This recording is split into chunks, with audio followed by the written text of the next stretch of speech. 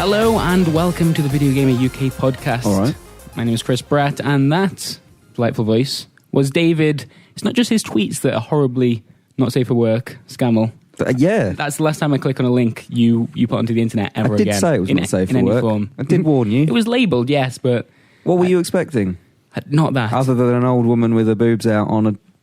Well, I think it was a tram, actually. Anyone else think that I was wrong to expect I don't know, something I'm actually quite looking forward to checking it better? out now. Really? Sorry. It was good. Provided a night's worth of entertainment. Just to, be part of the opinion, really, of course. Part of the discussion. You currently hold the opinion that all vampires are boring, apparently. It's Stephen Burns. There are vampire games out that are quite boring at the moment. Oh, I disagree. Crikey. We'll talk about it later. We'll talk about it. And the new man on the team. It's Mr. Jamie Trinker. Hello. Is it Jamie or Jim? Yeah, it's everything. Like it's every variation of. Yeah, well, for the podcast intros, I like to give you your full name, give it a bit of authority. But yeah, I like saying Jim. Jim's a good word. Yeah, Jim's fine. It's like run a starship or something. Exactly, that's what I'm thinking as well. But yeah, your Twitter handle was once Game Wank Jim, so I'm just going to go with that. Yeah, that's fine. Games, wanking, and Jim. That's fine. Those are the three important points you need to remember. But yeah, you're going to be doing all sorts of video nonsense, and we've already started. That's the plan. Like I've kind of just sat my ass for 3 days. Yeah, but we did at one point put a video up in which we just kind of filled it with a few too many Doctor Who references. Yeah, which is other people will think that. I think it was the exact correct number of Doctor Who As a references. non-Doctor Who fan, I had no idea what was going on. Yeah. Oh, come on, Dave. Oh, Everyone come on. knows I was expecting a Dalek at one point. It never arrived. You know what the Doctors regenerate. That's not. I know that. Exactly. Yeah. So you knew exactly what was going on, Dave. You were just trying to be awkward. I didn't realise it was custard, though, with the fish fingers. Well, at the end. I thought it was... Didn't know what it was. I thought it was like Dave Benson Phillips. Get your own back. I mean... Gunge. we kind of figured that if you got to that, if you were that far into it, if you were with us, you would have with us. You would have known it. Oh, yeah, no, Or you would have just accepted that it was a little bit weird. But yeah. Immediately dripped custard down myself in that video. Very embarrassed that that's now on the internet. There's also the spectacle of just you cooking fish fingers and custard and having to explain to people what it was you were doing. Guys, I haven't lost my fucking mind. It's for a video, I promise. This isn't senility. Yeah, but... Did you burn them? Yes, on you purpose. Do that a lot. They weren't great fish fingers, so I was thinking we kind of thought this through first, overcooked the hell out of them. We knew it was going to be disgusting anyway, so we kind of cooked the shit out of them. Burnt ones might taste better, custard, Well, I don't know, That was man. the thinking, it didn't work. Not so much. Fair enough. But yeah, we occasionally talk about video games on the Video Gamer podcast. When? And around about this point in the podcast, and then it just kind of goes Have off a topic bit of a little warm-up where we just chat a load of nonsense before we chat more nonsense. Yeah, who's been playing what this week? I think we might want to start off with Castlevania, if you two have got different opinions on such a game. Slight difference of opinion between Dave Not and I. that far of much of a difference of opinion, though, because you ended up giving it a 6, right? Gave it 6. I would end up giving it a 7. So we're not that far apart. But, Man. It's not what Metacritic thinks. Well, Yeah. Well, it's like I said. Did I say it on the podcast last week? I think I did. Basically, you said that you seem to enjoy it more than most people. Well, I got the impression that early Edge review would give, you said it, I think, as well, Steve, would give other critics the confidence to go low with their scores. And I think that's what's happened here. Yeah, I disagree entirely that it's a 4 or 5 out of 10 game, completely. I mean... People are focusing on the bits that are shit, and yeah, granted they are shit, but they're a relatively minor portion of the rest of the game, like the stealth section. I remember you were struggling with the what's the guy's name? Aguero. Aguero. Yeah. Right, is he playing for Castlevania now? Is he? Yeah, exactly. Big money transfer. Yeah. I think that was a football reference. I think so. Yeah. Sorry, guys. Sorry. But you were getting really frustrated with that, but under the situation that you were playing it under, in that you need to get the review done, you're up against a time limit. I can see that sort of scenario would, in your head, be even more frustrating to you. Whoa, than Dave. Oh, man, Whoa. No. You know, Dave, I once actually had to... I once gave Max Payne 3 78%. Right. Or there or thereabouts. And a person who then went on to give it 10 out of 10, because obviously they're mentally ill. Actually, that's probably slander. Obviously, we had a difference of opinion. They went, it's because you had to play it for a review. It's different. And it is different. But at the same time... I just think that section is incredibly poorly designed. It's the weakest section in the game, granted, but I don't think it should be the high. on me, Dave. No. I wasn't in a bunker. I wasn't Hitler. But I wasn't like, I'm under a lot, like the Russians are coming, and, I need to if only I could just get this ASAP. stealth section done. I don't know if that stuff is bad enough or frequent enough to influence In fact, the whole... I didn't even mention it until the time played, and I made a gag out of it, because that section took me... In fact, I think, some people say that, it took them hours. It doesn't take hours, but the game is quite lengthy. There's a lot to do. Yeah. And about 12, 13 hours long. Yeah, if you didn't enjoy that, fine. But talk about something. If you want to say that it's shit, yeah, but don't drone on about it, because it's shit. Just say it's fucking wank. Bang. Because it's not like there are 100 of those sections. It's not like that's the game. The main problem I have with Castlevania is its art design, its technical design is incredible. Yeah, I was going to say, and it also sounds lovely. Whenever I walk past, there was music's really nice. A great soundtrack coming out of that room. They waste it, and I think we talked about Dark Souls, and this is what my feature was about on it, is that Dark Souls is the absolute king of player agency, because it just starts you in this world, and it says, off you go, and you make your own experiences within the world. And it's a bit different because Dark Souls is more about kind of dying, essentially, and getting to grips not just with the enemies, but how you navigate the world, whereas Castlevania just kind of pulls you through. And that seems to me a bit of a waste of all those interlocking areas. And those moments in Dark Souls, I think we talked about them before, like when you come up through the depths and you see, you come back into the berg and you're like, fuck, so well designed. Connected, sure. Or when you come out of Blight Town and you can see the berg and it's like you're swimming up, essentially, and you're on the rickety kind of wooden thing that takes you up.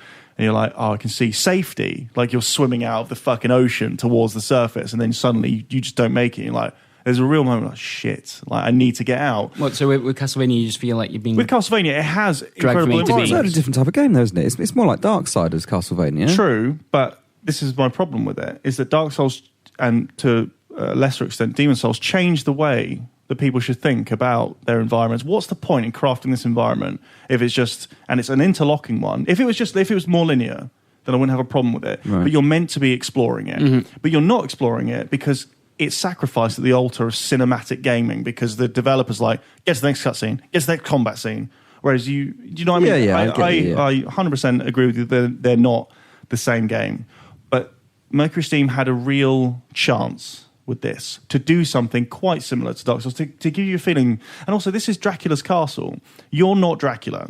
Dark Souls is your story, right? You make the guy or girl or whatever. Castlevania is Dracula's story, but you are still Dracula. Yeah. And he's fighting against his own castle to get out. And so you should have a connection with the world, not just him. Yeah. And I don't. And that's how I felt. And it really... And when it was like, oh, don't just go looking around here. Let's do another fight with some turtling enemies. I was like, oh. And that really, really killed it for me. And I think we talked about this, Dave, is that it starts with this God of War style opening with a war kind of titan or golem smashing up your castle. And then it's quite flat for a long time. You can never picture whereabouts in the game you did certain stuff. So when someone says, "Oh, do you remember that bit?" It's like, "Yeah, I do," but I have no idea whereabouts in the game that was. Yeah, is it the beginning, the end? I don't know. It's really weird it's about just that. A blur of vampires. But I don't know if that's necessarily a pacing problem, because I know Edge's review picked on the pacing and said, "Oh, the pacing's quite bad because of the kid section." The mirror. I quite like that. I didn't have a problem with that. I didn't have a problem with it. But yeah, it's just I found the story quite compelling, but for some reason, it's just all the whole 13 hours have just merged into a single kind of... But they could have gone anywhere. This is the thing, is that you're Dracula. They could have done anything. Yeah. And what they did is you played a bit of Uncharted. It's like Uncharted. And then, so you jump around a lot. You wander around lovely environments and you kill a lot of people. But I never felt like a fucking badass. No, I do agree with that, yeah. Like Dracula, I felt like I was some dude with... long hair, pretending to be Dracula. So, Dave, you're aware that you spent 13 hours playing Castlevania, but you're not entirely sure what happened during those 13 hours. Well, no, I know what happened. I just can't place at what point during those 13 hours. Which is terrifying. That's really concerning, Dave. You might want to... Well, a lot of it is, obviously, start writing things down. It's not open world, but it's split across various hub areas, essentially. So it's not open world at all, really. No, it's not like you're backtracking, but you're constantly exploring the same sort of areas over and over. So it's very hard to place when certain events happen at certain times, because you're in the similar sort of area quite often. So, and they do that thing, don't they, where they try and I said to you when I got to the Snow Palace. Well, you because your castle is so I don't remember big, this at all. Your castle kind of forms this. Exactly. Oh, I do now, though. Exactly. I do now. Yeah. And I was like, "Where's the lava level?" Because that's how it feels. Like, make it snowy, man. Just make yeah. All right, we are out of ideas, and it's a shame more than anything. I'm not really mad at the game. So you were really looking forward to it, right? Whereas I didn't play. Well, I played Lords of Shadow for about an hour or two. Yeah, same. Max. Yeah.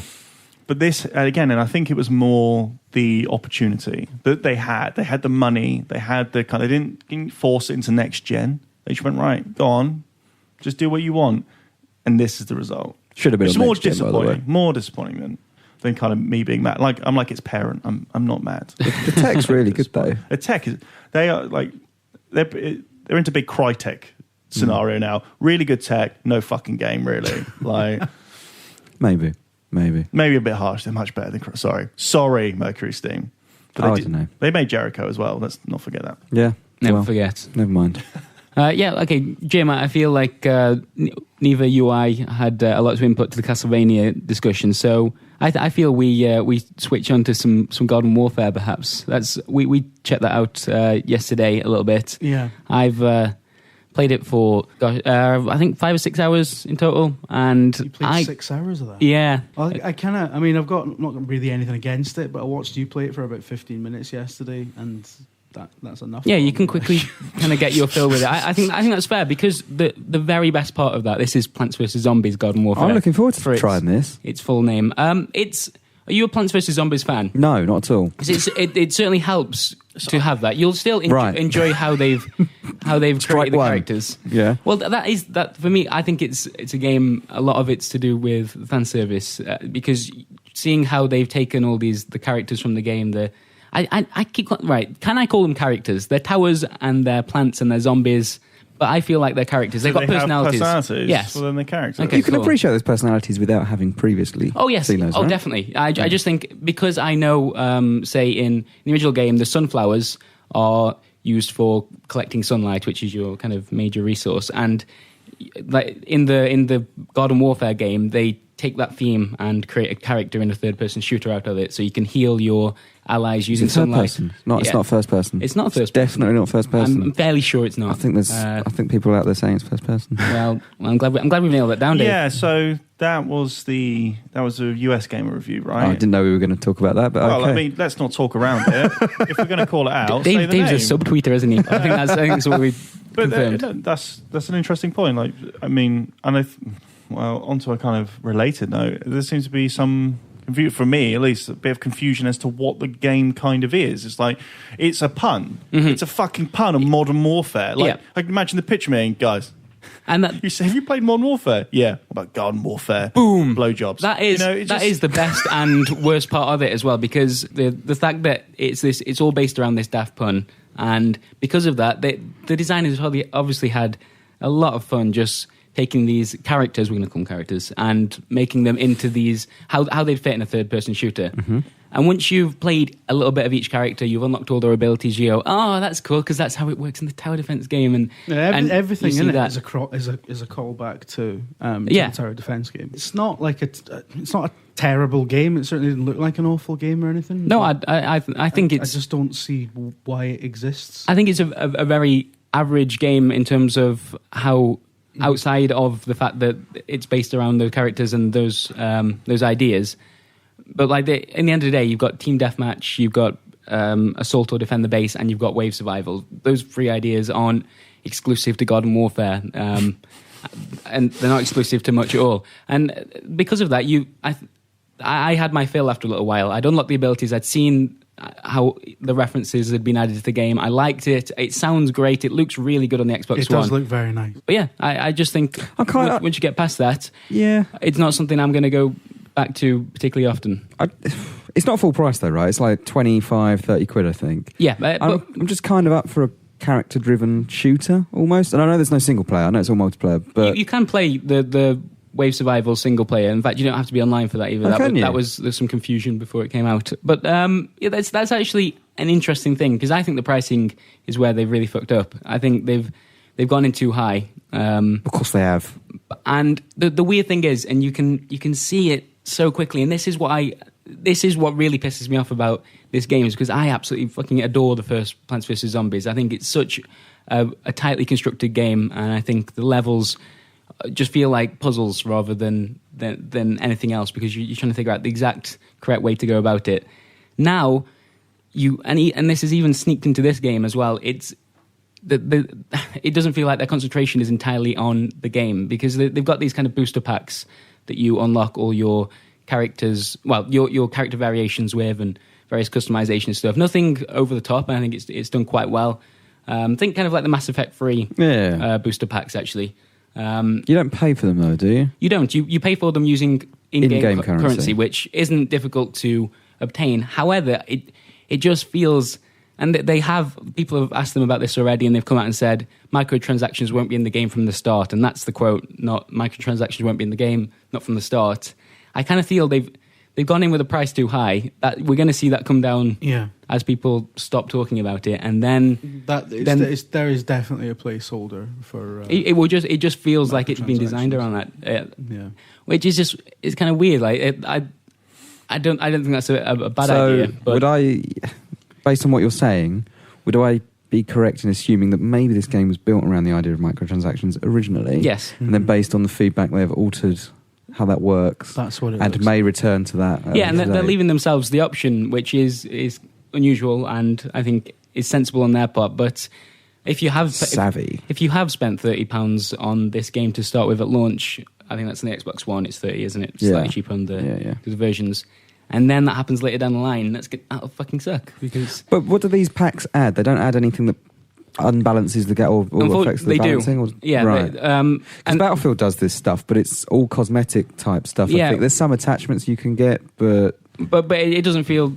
It doesn't feel like it matters. Like I think this is always an interesting conversation with the free to play stuff, because in the ideal world, free to play games only ever introduce cosmetic stuff in the multiplayer world, anyway. Because that's how you keep it competitive. Mm-hmm. And most of the stuff that you get in these packs are cosmetic stuff, so you can have like face paint for your sunflower, or like a silly hat for your zombie, and it looks lovely, and the art design is great, as you'd expect.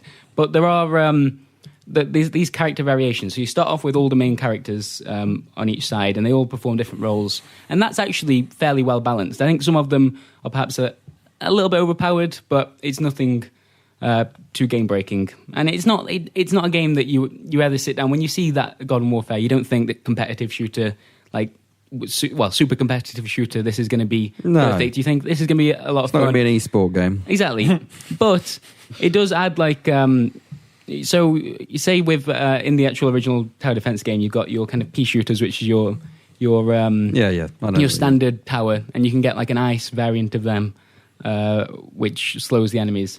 So you can get your kind of standard character in Garden Warfare. You can get the pea shooter, but you can also unlock the ice version of it, which will reduce the damage but add a slowing effect. And that's only through the booster packs? Yes. And you can't unlock that through normal play? And you can't just say, I'll just buy that specifically. You have to get a number of cards. I think it's like 5 cards per character. It might be different depending.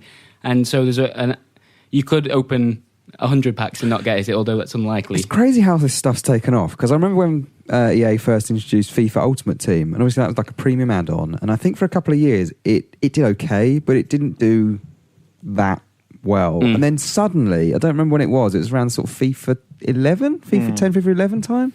Suddenly that took off, and it was crazy. And ever since then, they've tried throwing all these sort of random pack things into as many games as they can. Mass Effect 3, when we saw that being added in multiplayer, I actually quite like how it works in that. I quite like Mass Effect 3. It means we got... Fuck Mass Effect 3. Oh, be quiet.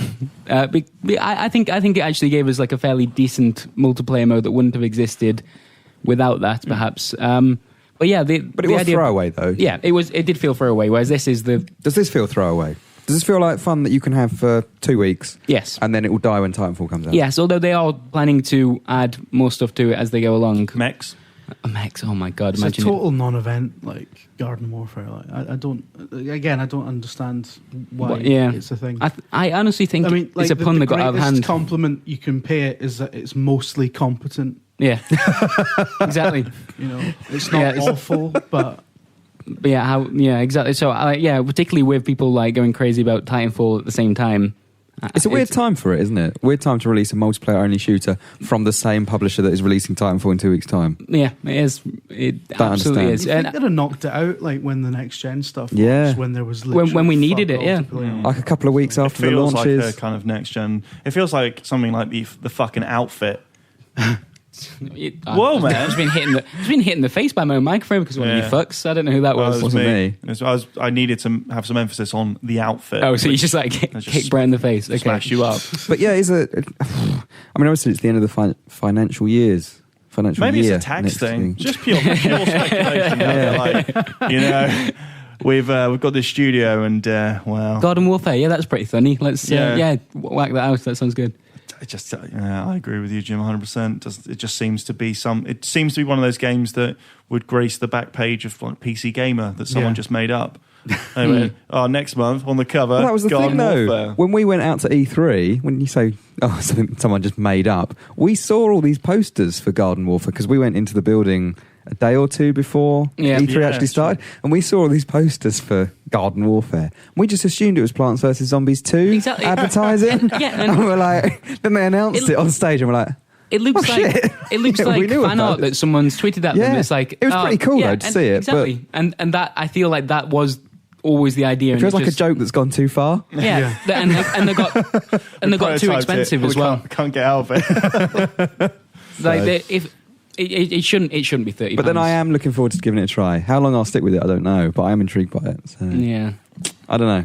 Well, there we are. That is Garden Warfare. It's nice to see more Plants vs Zombies stuff. I want to see a proper Plants vs Zombies game. That's what the thing that keeps coming back. Didn't they release that originally? About 5 years ago. Yeah, but they've obviously had a hell of a lot of money to play around with that series, and we got Plants vs Zombies 2, which is a great time sink. I'll say that. Okay, fair enough. But yeah, that's me this week, really. Jim, have you been playing anything exciting? I guess you've been travelling quite a lot over the last few days. Dismantle Your Life in Scotland and Bring It Down here. Oh, man. So I played Hotline Miami the other night. Yeah, fair enough. I mean, I guess, that probably only adds to the kind of mayhem in your life, having that as your form of entertainment. More stress. Hotline Miami is a great stress-reducing game. Yeah, it's quite cathartic. But, I'm slowly getting used to the fact that, I mean, it's a well-known cliche, but commuting on trains down here. Why do we do it? I tell you what, it's fucking horrendous. Get Plants vs Zombies 2. It's a great time sink. Because Plants vs Zombies 2, I mean, I hope you agree with this, Jim, doesn't block out every other bastard on the fucking on the train. And there's always that guy. There's always that guy just blaring out some music. Yeah. And it's just a repository for cunts. Essentially, that's all public transport is. I should know. I'm one of them. Yeah, I'm on it, loading, drinking a Diet Coke, as if that makes any difference. I'm like, I'll have a Diet it's like Coke. Every morning you trap yourself in a metal cage for 45 minutes with a bunch of pricks, and it's like, and you're paying for the privilege. Yeah, it just seems a bit crazy. But yeah, I've been getting used to how this fucking awful mornings are down here. But I did make sure I brought consoles down and shit. Like I didn't get all my clothes, but fucking damn straight. Some things have to be sacrificed, Jim. Yeah. So I brought my PS4 because I really like Netflix. And, that is kind of I've been getting just all the PSN stuff or whatever, but. I guess so basically for the last 2 weeks I've played about an hour of Hotline Miami. Fair enough. Well, at least now you're here, you're going to have plenty of time to... you delving into Thief later on this week, right? Gonna fire into Thief over the weekend. Yeah. Possibly some Elder Scrolls Online as well. So. Oh man, yeah. Should probably say about Thief, our review of the actual new Thief, not of Thief 1998. Is coming. So. Steve, I'm beginning to think that as reviews editor at VideoGamer.com, you're not taking these things seriously enough. We've had a review of the original Thief an hour before the embargo lifted for the new game, and we gave Rambo the video game Rambo out of 10. I'd just like to say, the hell's going on? I'd like to take that as a kind of net win under my regime, but I wasn't in the office. I was walking my dog on a day off, and suddenly some fucker said, "Oh yeah, why has this got Rambo out of 10?" Metacritic just lost its mind. I see. And so, but again, that's absolutely fine. You should there are so many reviews these days. I've been calling this out in the office, so I'll just say it on here as well. But we reviewed Rambo, and we knew that any other Rambo review would start with some dreary summation of the history of the series. That the original Rambo, which actually wasn't called Rambo, it was called First Blood, came out in 1982, starring Sylvester Stallone. It was followed by James Cameron penned script for First Blood Part 2, Rambo.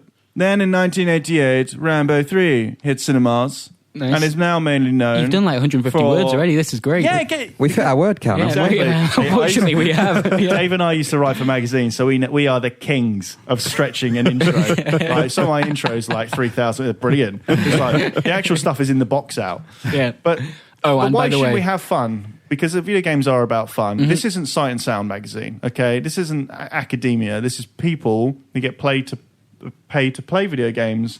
And hopefully relay whether that was fun or not to the people reading it. Because Miller did actually write it, didn't he, originally? He wrote the review. But it wouldn't have been as entertaining, or I would say probably as informative as that flow diagram. And we did accompany it with a reviews-icle, which really fleshes out the major points as well. I mean, that was vital to the whole process. Yeah, I think I'm fairly happy with our Rambo coverage. Good. Good. But Thief's coming, yeah. So. Yeah, but I the kind of what's the consensus so far on Thief? Well, even the producer says it's not perfect. So already as well. Sounds like Damage Limited. It's not even out yet. Fuck. Yeah. I played it for 4 hours or so, and I just thought it feels like a game that should have been out a few years ago. Well, it should have been. Well, exactly, and it felt like I would have loved to have been in kind of the Montreal office when Dishonored launched, and they were like, "Oh yeah, this is our game, but miles better." And there are some really cool things about Thief. The swoop mechanic, where you can. It sounds good. Yeah, and you can kind of like just duck in and out from an audio perspective. Yeah, swoop. Sounds like the Dishonored. What is that mechanic where you just dash? The blink. That's what it sounds like. It's not blink. It's a swoop. Though. Come on, Dave. Sorry, but you can like swoop down into cover, and that works really well. But yeah, my main problem development hell are 2 words that come to mind. The problem with Thief is that it's got too much stuff. So you're meant to be a thief, and you're sneaking into people's homes and you're nicking stuff. Brilliant, but why? None of the world makes any sense to the narrative. So it's like under every table's just outside. There's a gold kind of chalice. Okay, well, why am I breaking into people's houses? Yeah, it's all out in the street. Guys, it's out in the street. Yeah, I think I described it in my preview as being, and I think I talked about it like those dreams. I'm not sure if you have them, where if you're like worried about something, we have too much stuff. And so you're going on holiday and you've got to pack. And as you pack... You're trying to break into someone's house while that was a struggle. But as you pack, there's more stuff just appears. Yeah. That and the dream, I don't know. So according to some online dream resources, you're being a cunt in your life, essentially. Basically, you're worried about something. However, this is like that. It's like, oh yeah, I'll just take this. And I'll just take this. And you're like, I can't get on with the game because I have to keep on nicking stuff. It's not thief, it's larceny. It's a problem. It's like, I'm surprised if the end game isn't him in an offenders institute going, yeah, man, I'm speaking with his psychologist. I'm sorry, I just can't stop nicking. I haven't played it yet, but obviously I've seen quite a bit about it. It just seems like a really unpleasant game to want to put however many hours into. It's very... Why? I get the impression that I'll come away wanting to kill myself. Like, what horrible sort of environment and a horrible... I don't know, it just doesn't strike me as anything... There's nothing attractive I always thought, like, just with the original games, like, the level design as a whole, like, being able to... Kind of in that Hitman kind of way of, like, yeah, but Hitman had a bit of personality. Hitman... Yeah, I guess so. Had a bit of character to the whole thing, whereas this just seems like... I don't know, it just seems like a guy sneaking around a very dark city. It's not a very nice place to be. I think you're right. I think you're both right, actually. You're right in that it is quite grim and it's not fun. And again, you can have games don't always have to be fun. Like as in movies, don't have to be. Schindler's. One comes out, Schindler's just like, yeah, fucking love that, amazing, great time. But at the same time, the level design is all important, and we've got a retrospective on Thief going up this afternoon. by Dan Douglas, and he talks about the level design in the original Thief and just how excellent it was. Yeah, just and how having that feeling that you can keep going back to the same level just to see the general unpleasantness of ways. you and your character is kind of mitigated by the agency you have within the world. You're not just trudging through, knocking people out of the blackjack. You're strategizing on how to be the character. But this one, again, I don't think it's necessarily a bad game. It has very bad elements. It's just nothingy. It's not enough of anything. Why is it that, from what you've seen so far, why is it that people look back at some of the original games very fondly, and that this one is it not doing more of the same of that? Is it what? Well, you see, one of the examples that Dan gives, I think, is the famous example, even in bad Thief games or Thief games that weren't as well received. So, Deadly Shadows, the third one. So the Cradle, the level. Everyone, even people that I've never played Thief 3, we'll call it that.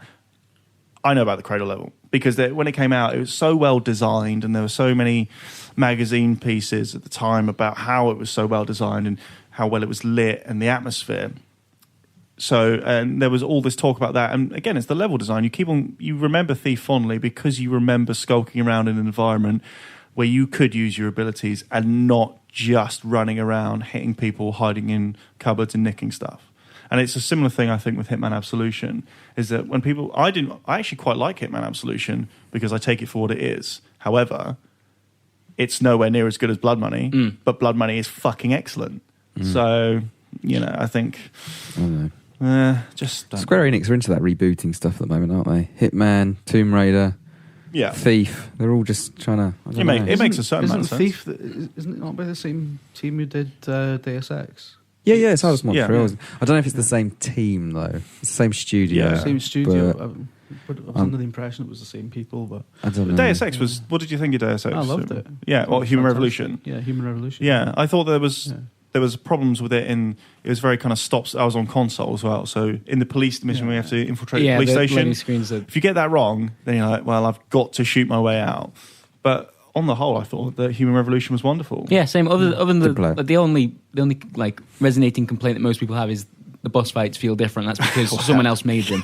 But so other than that, I think it's excellent. I think it's really, really good. It was fine if you had, what was it called? The Typhoon grenades?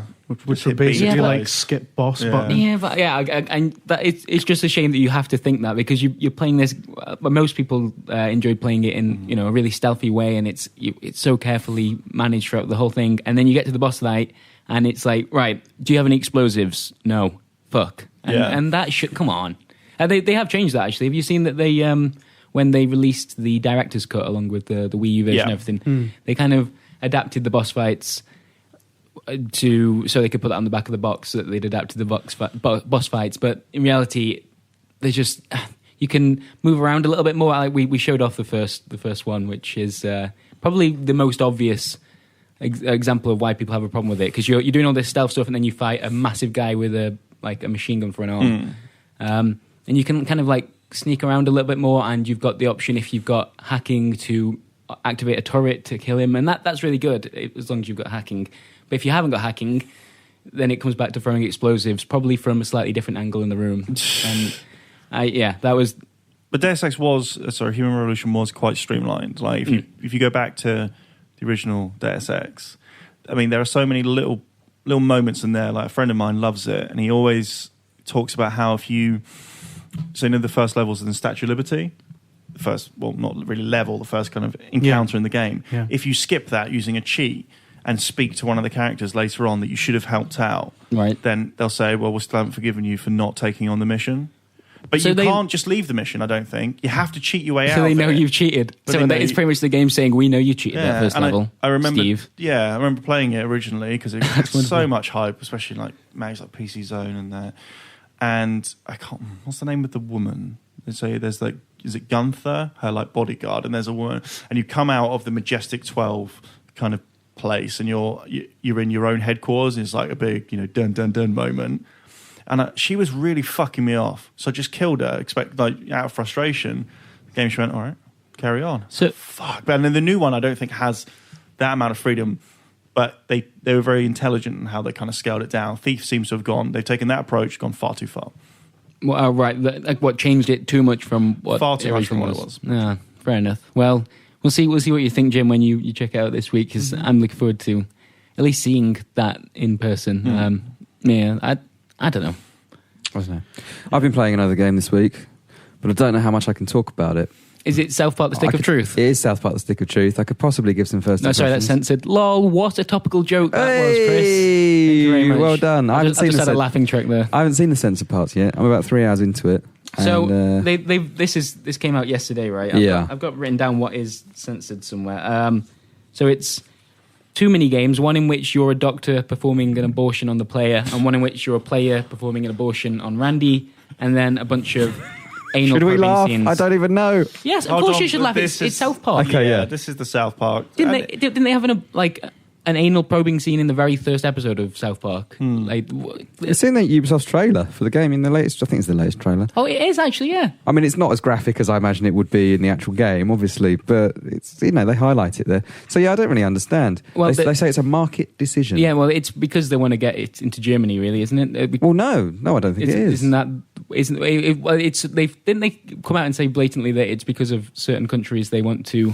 Did they? I think the only comment they said was that it was a market decision. Like that was it. I know you're all English, but you can't blame the Germans. we can. They took our anal probing scenes, man, and they haven't given them back.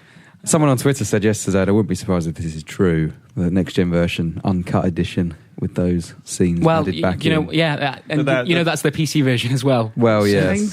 You can kind of understand the decision from a standpoint of trigger warnings and all that kind of stuff that we don't want to get into.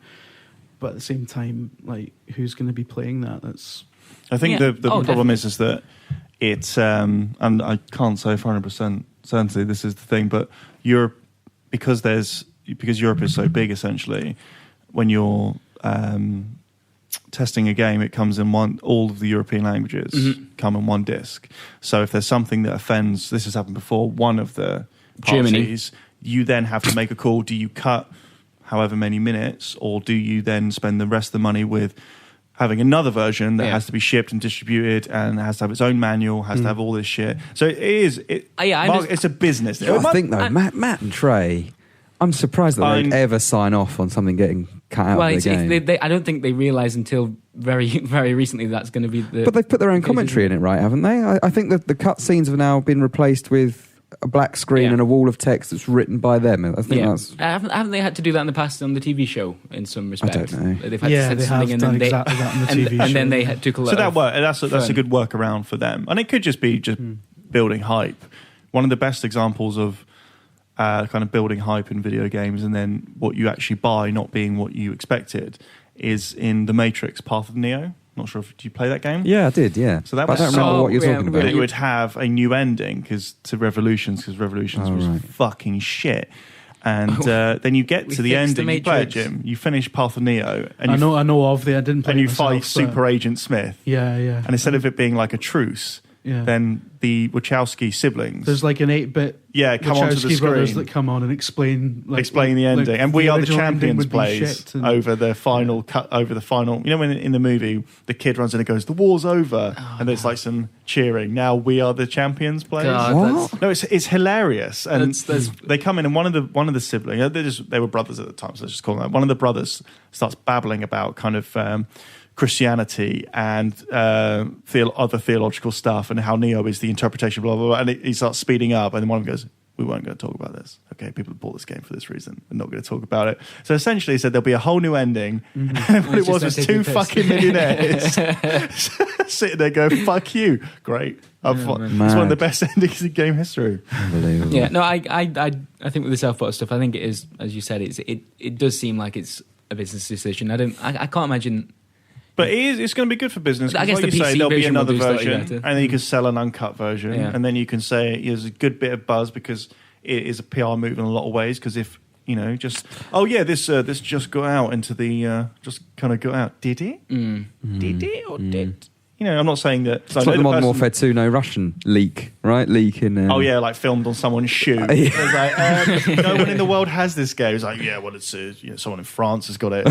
Really? Have they? You can tell because their PS3 system language is French. Oh, right. Shite.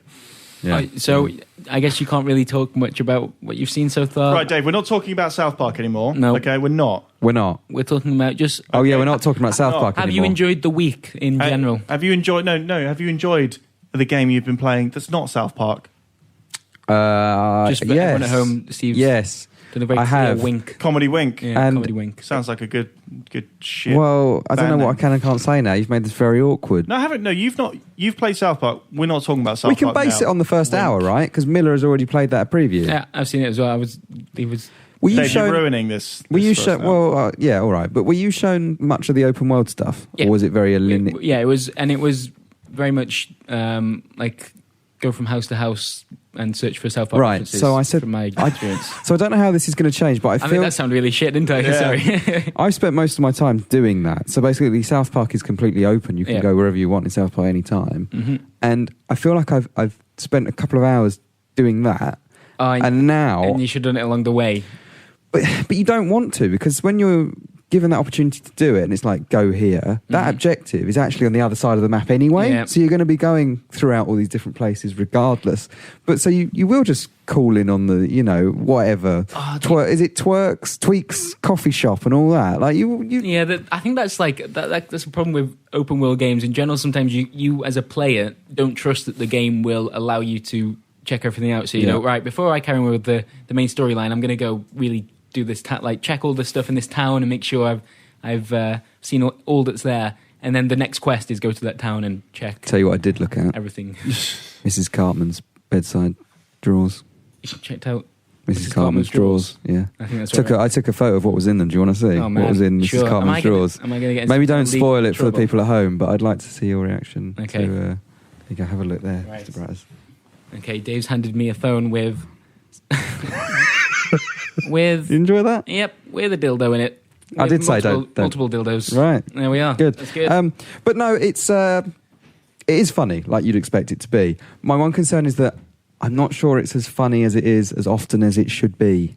So there are moments where it's genuinely hilarious, but I feel like the game has been, and again, this is 2 or 3 hours worth of play so far, so whether it changes, I don't know.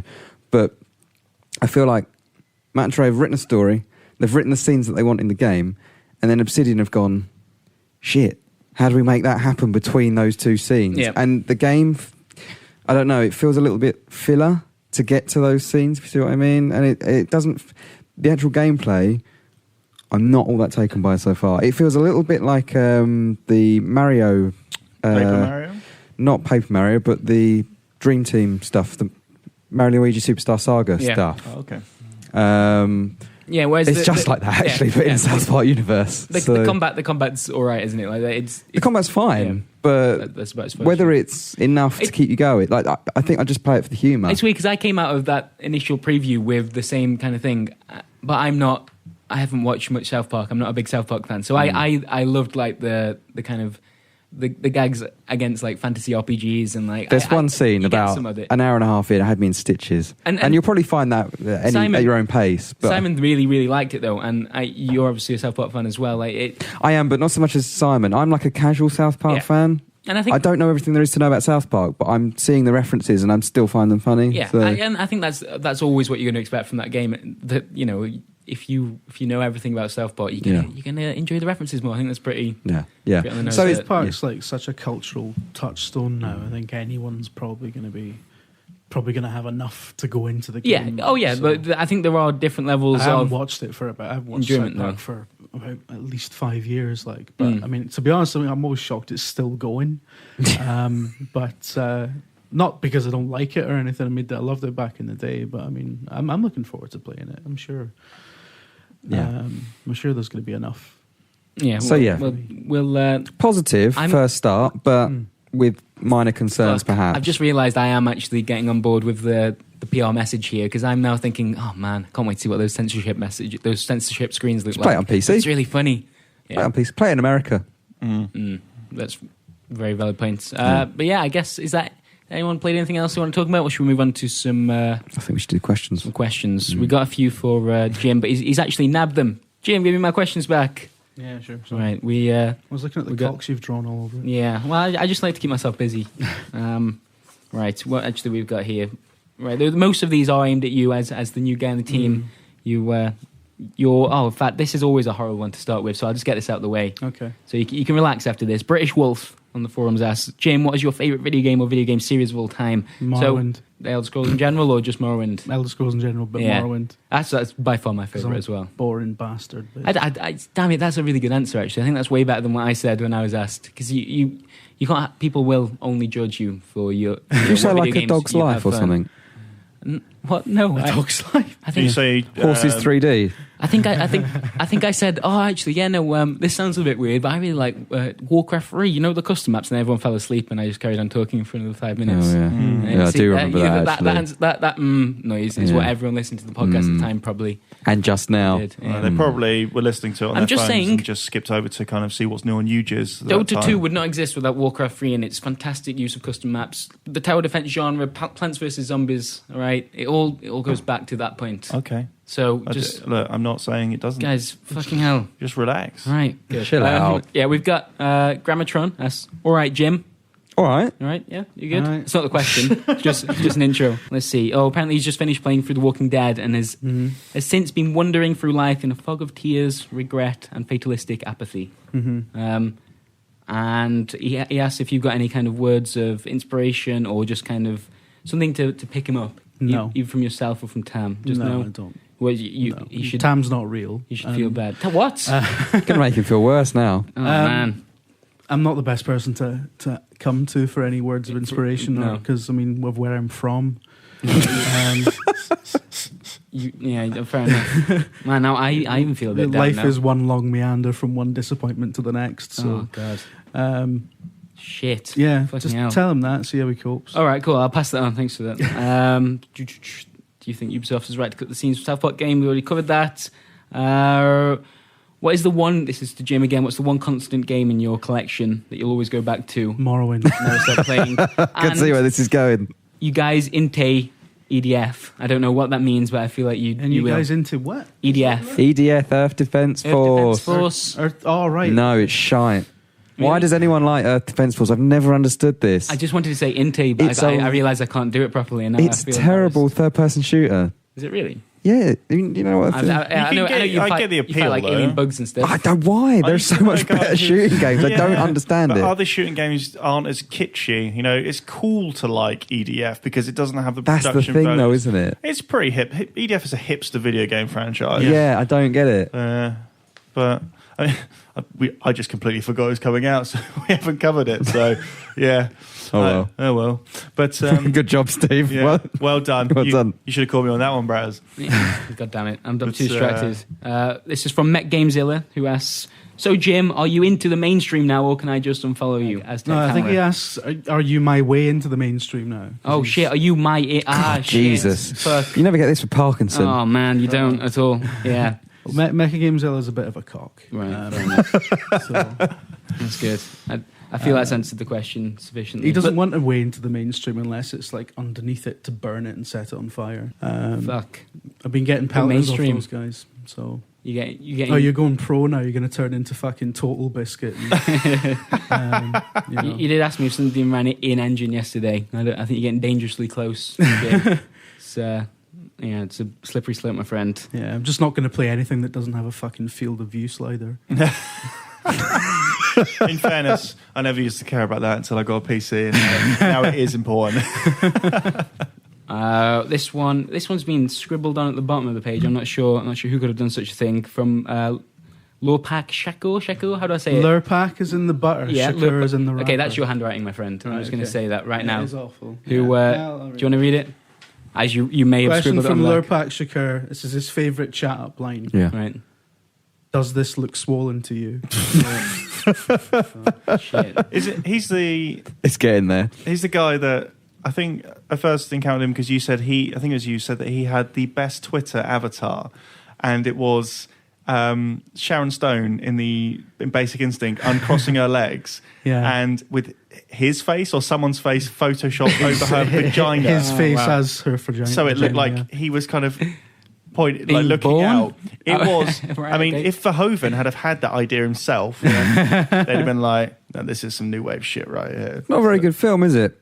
Basic Instinct. I've never seen it all the way through. Obviously, I've seen that scene. Obviously, 100 times. VHS. Over and Quite over. a lot. But that bit of the tape just goes like fuzzy now. No, that was when Michael Douglas was really into films about chicks wanting to shag him and kill him, like Fatal Attraction and was Disclosure that? Disclosure with Demi Moore. Yeah. I mean, I don't blame him in that instance. But he's playing Hank Pym in the Ant-Man film.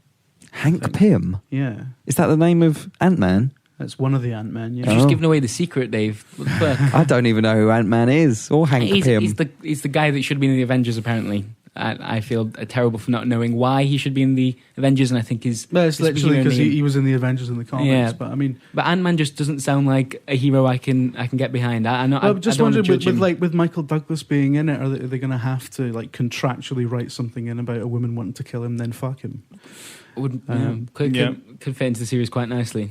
Yeah, it'd be a tetralogy of Michael Douglas movies where that sort of shit. But I think we've gone a bit off topic. Well, but I actually now want to spend the rest of the podcast talking about Michael Douglas, mainly his hair, because I mean, if you could replace, his hair is ridiculous. If you could replace any video game character in their respective video game with Michael Douglas, Metal Gear Solid. Imagine it. Michael Douglas as Solid Snake. Hanger with Meryl would be like, well, he's already halfway there. Yeah, he's like, yeah, pretty much. Yeah, trying to think. Don't know. Nathan Drake. Romancing the Stone. Exactly, right? just be Romancing the Stone game. Oh, imagine how good if instead of Sully, it was Danny DeVito. Yeah. Good work, Naughty Dog. How have you fucked that up? I'm not going to get there. I was going to say The Last of Us, but I don't think that works in this instance. Oh, Dave. No, it definitely... Well, shit, no, maybe that's my fault. No, I don't... What did you assume? I just assumed that He's with Tess. I assume that you're going to get me in trouble when you say things. Yeah. Is it Tess? It's Tess, isn't it? Comment. But yeah, I guess that kind of wraps it up. Have anyone got any questions? Any closing remarks within the podcast for Jim? Dave, you got anything you need to say to Jim? Yeah, just when you remember. I remember I got bombarded with quickfire questions when I joined in here. Something I've always associated with Scotland. Oh no! Oh fuck! Right? Yeah, I've never tried. Oh fuck! Is haggis? Oh god! We've got a Oh no! We've got a Scottish person on the podcast, so you've asked about haggis. It's fine. He doesn't mind. Yeah. Is haggis all it's cracked up to be? Really? Yeah. Or should I just skip it for life? It's fine. It's kind of like a cross between a bowl of porridge and like faggots. So a bowl of porridge and faggots, right? Haggis is nice. It's one of these things. It depends how it's cooked. It's like sprouts. It's not like sprouts, but in that, you know. Dave, whilst we're here, any other parts of the Scottish culture you'd like to delve into? Scottish culture, kilts. I've never worn a kilt either. Fun, aren't they? Yeah. I'd always be worried though that I'd be exposed just by a simple gust of wind. Jim, final question for you then: Are you starting to regret the decision to join VideoGamer? I've spent 3 days sitting in an office full of people who shout and swear periodically about random things, which I'm really enjoying. Steve's a very angry man. I'm so angry. The main night is going down the toilet. I just... God, Moyes, eh? And there's also there are other Moyes, fucking mainly in the video games industry, and me hating everyone else. Plenty of stuff to get. But irate about. I will ask. I've got a question for you, Jim. So this whole Tam McLeish thing, like how people seem to be confused as to one being a character. And yes. The other, I mean, how many people did you have going? Oh man, great job, Tam McLeish joining VideoGamer. It's like. It'd be like if Tom Cruise got an office job. It's like, I can't believe Maverick is working at Office Angels these days. In fact, that? He's a fighter pilot. Like if anyone wants to know a little bit more about Jim, I would recommend just going and looking at the Game Wank stuff, and Tam McLeish will tell you everything you need to know about you. I think just it's absolutely wonderful. It's a character based on a policeman in a dressing gown. Don't spoil it. And I think that's that just gives you the mental image. I want to see Tam. I want to see the Tam. All right, I've got another question. He's joined the Met. How did you feel when Kotaku picked up that? Because I remember where it kind of, I remember hearing about it. A lot of people thinking, and I showed that to my girlfriend, I think. Yeah. The Sonic the Hedgehog bit, and she was like, yeah, it's actually because she fucking hates video games. Yeah. Let's get down to it, because she's a real person, right? Because I know that is fucking brilliant.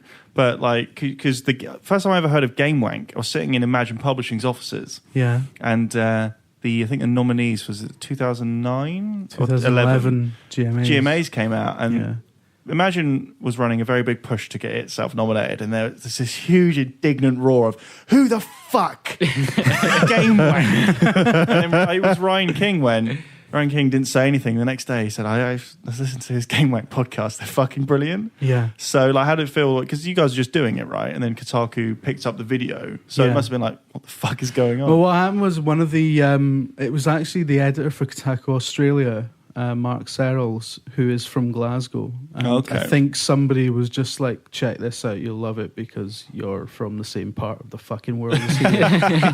Because that's how people think. It is, but he did love it. So yeah, he really pushed it, and then it got onto the main Kotaku site, and it was brilliant. It was really weird waking up to like put it up. It was the second Tamaglish video I'd done, and when I went to bed that night, it was like 200 views, and I woke up and it was something like 80,000. And I was like, what the fuck is hot? So I thought I was going to get into trouble for impersonating a police officer. But no, it was great. It was really cool. So. Do you want to talk about what Tam might be doing here, or should we leave that until... No, we're definitely, I would like to confirm, because I've been asked about 80 million fucking times. I would like to confirm that, yes, I am going to continue to do Tamaglish with VideoGamer. You can stop tweeting him now, Dave. Yeah. Should be doing something with him next week, so... Man, well, there you go. That's like kind of your second debut, really, isn't it? I know. Yeah, Most people only get one. I know. God damn it! You got the Doctor Who regeneration, and everything. I didn't get shit. Yeah, you were a bit screwed over, Braz. It's because Simon Millie joined at the same time. Yeah, and it was you're like, new editor in chief. Apparently, that's important. But when you joined, you were kind of in the... I mean, I don't watch a lot of Doctor Who. Last time I really cared about Doctor Who, and Sylvester McCoy was the Doctor. All right. Which I still think... Yeah, I was very much the Rory character. And who were you? The Doctor stole Rory's girlfriend. Like, that's how... Yeah, whilst, it seems like you Rory were one of the there, shitter assistants. It was fucking terrible. At the time. Now, obviously, you're an integral part Video Gamer. I mean, no one else can get coffees as well as you. All I'm saying is, just do a regeneration video today for yourself. Yeah, all right, okay.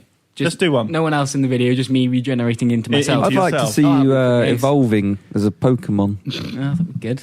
You came up with fantastic suggestions for that intro video, actually, Dave. I think the one you wanted us to go with was the opening of The Lion King.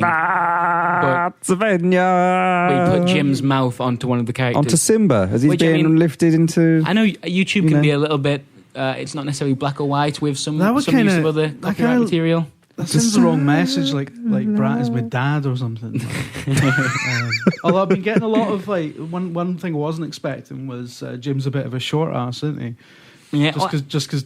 But Braz is surprisingly tall. That's what I keep saying to people. He doesn't look like a big guy. Exactly. Just because he's 12, he's a lanky boy. Unfortunately, that is it. I'm not like tall, but I'm not small either, but people assume I'm small because I look about 14. And the Twilight. One of the YouTube comments is like, "Oh, you're smaller than Brat," and I'm like, "Smaller? No, I mean, in terms of mass, like I'm about 10 times the fucking size of him." So, that's been unexpected. I'm fucking average height. I'm like 5'9" or something.